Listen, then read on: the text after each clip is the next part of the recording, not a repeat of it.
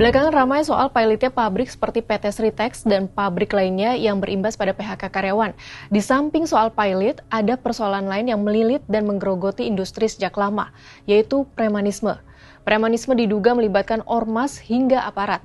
Mereka menekan pelaku usaha lewat surat rekomendasi, permohonan audiensi, hingga berunjuk rasa di depan pabrik dengan mobilisasi massa.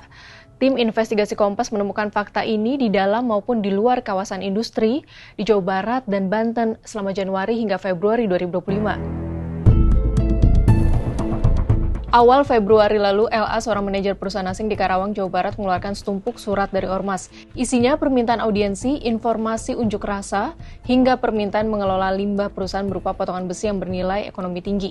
Masalahnya perusahaan ini sudah bekerja sama dengan vendor pengelola limbah. Perusahaannya sempat didemo Ormas pada Desember 2024. Unjuk rasa ini mengkhawatirkan investor. LA lalu bersurat ke Presiden Prabowo Subianto pada 21 Desember 2024. Isinya memohon perlindungan keamanan dan kenyamanan dalam berinvestasi. Merespons surat itu, perusahaan LA didatangi pejabat dari Mabes Polri. Pejabat itu pun bertemu dengan kepolisian setempat. Bisa saja ada oknum kepolisian yang turut terlibat mengganggu pelaku usaha. Di Banten, aparat terindikasi memeras perusahaan yang izinnya belum lengkap. Manajer perusahaan harus membayar puluhan juta rupiah agar kasusnya dihentikan. Modusnya, ada polisi memanggil manajer perusahaan.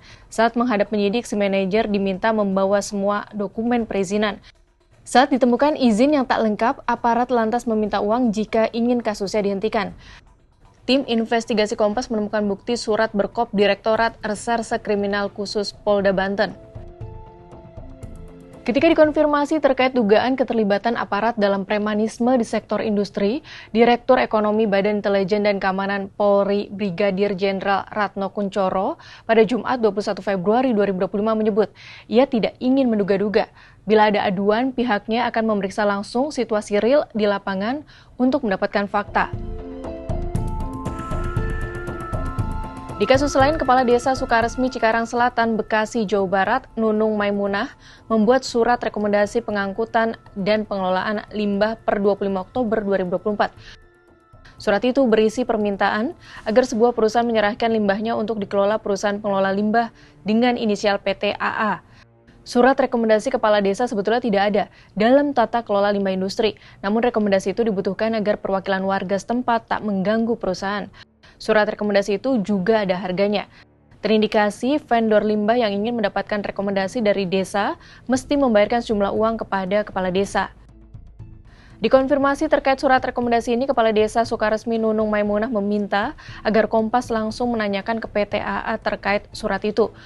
Menurut dia, pihak desa hanya membantu permohonan dari warga desa Sukaresmi. Dia pun tak menjawab pertanyaan Kompas tentang besaran biaya yang harus dikeluarkan vendor limbah untuk mendapatkan surat rekomendasi. Dengan semua temuan ini, bagaimana menurut sahabat Kompas? Apa premanisme yang menggerogoti industri hanya sampai pada tingkat ormas dan aparat desa serta kepolisian daerah? Atau adakah tingkat yang lebih tinggi lagi yang terlibat? Lalu pemerintah bisa apa?